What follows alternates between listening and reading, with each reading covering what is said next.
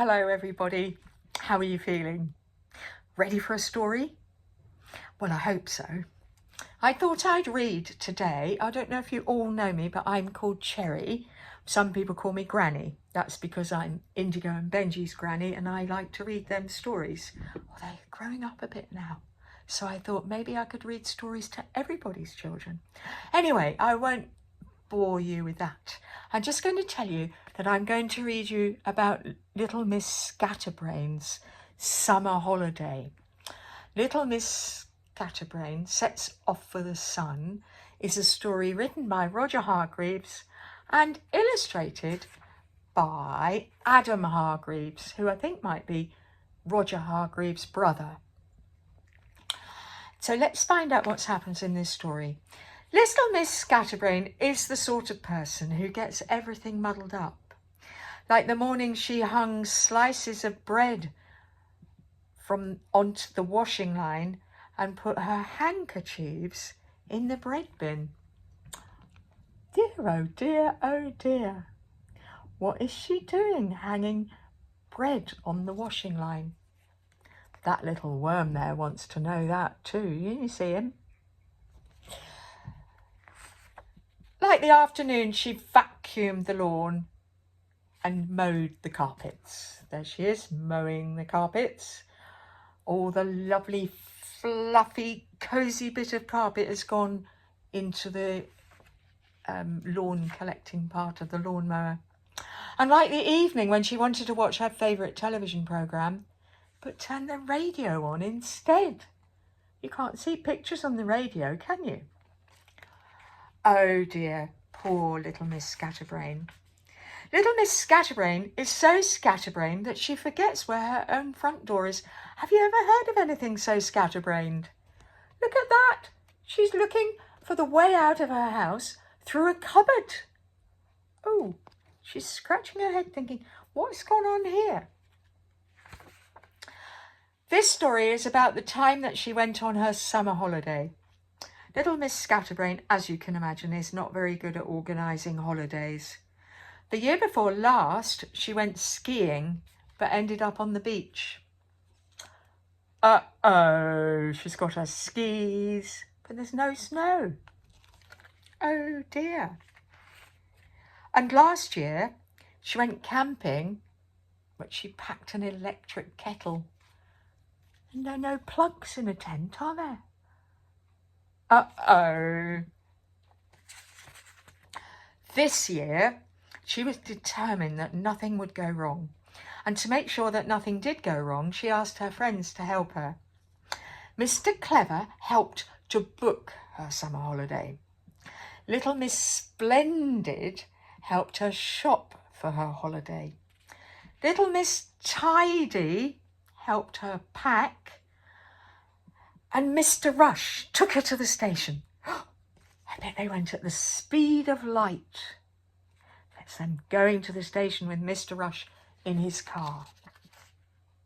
And Mr. Strong carried her luggage onto the train. Oh, how very fortunate to know Mr. Strong when you want something heavy lifted. Nothing could go wrong. Or that's what little Miss Scatterbrain thought. However, something did go wrong.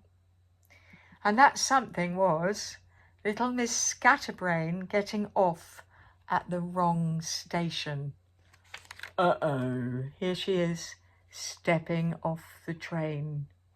Oh dear. What's going to happen next? She crossed the road and went into the hotel opposite the station.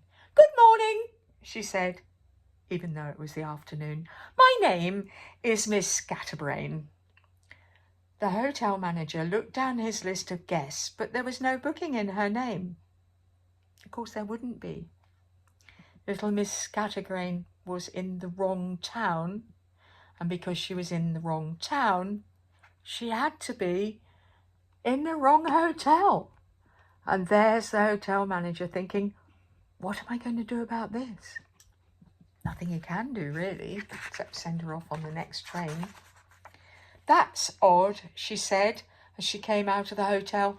Never mind, I'll go down to the beach. She asked the next person she met where the beach was.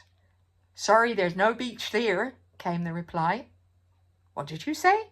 "I said sorry, there's no beach here, Miss Scatterbrain." "That's odd," said Miss Scatterbrain for the second time that day. There she is, asking the person, "Do you think you could tell me where the beach is?" And then saying, "We haven't got a beach here." "You silly old thing." They didn't say "you silly old thing" at all. They were very polite. As she stood in the street wondering what to do, somebody else walked by and said, "Looks like snow." Miss Scatterbrain looked up at the sky, and as she did, a large snowflake floated down and landed on her nose. "That's odd," she said for the third time that day. Very odd, if you ask me. A week later, back from her holiday, little Miss Scatterbrain met Mr. Clever. "Hello," said Mr. Clever. "Did you enjoy your holiday?" "Yes," said Miss Scatterbrain. "Do you want to see my photos?" And she showed Mr. Clever her holiday snaps. This is beforehand. There's Mr. Clever looking very clever, and there's Miss Scatterbrain looking very scattery. Not surprisingly, Mr. Clever was rather surprised. "That's odd," he said. "Where did you go?" "Oh, it began with an S," said Miss Scatterbrain. "I know. I booked it for you," said Mr. Clever. "You went to Seatown." "No," said Miss Scatterbrain. Let me think. Oh, I know. It was Shivertown." "I should have guessed," said Mr. Clever. "She's not found the sunshine at all, has she? There she is, shivering away in Shivertown." "By the way, did you get my postcard?" little Miss Scatterbrain asked Mr. Clever. "No, but I did get your postcard meant for Miss Splendid," chuckled Mr. Clever. He thinks this is really rather funny, and I do too. A bit like when I go on holiday and send the wrong postcard to the wrong person. "That's odd," said Miss Scatterbrain. But I don't think there's anything odd about that at all. Do you? That's the end of the story. Might be time for bed, or it might be the middle of the afternoon, or it might be time to get up.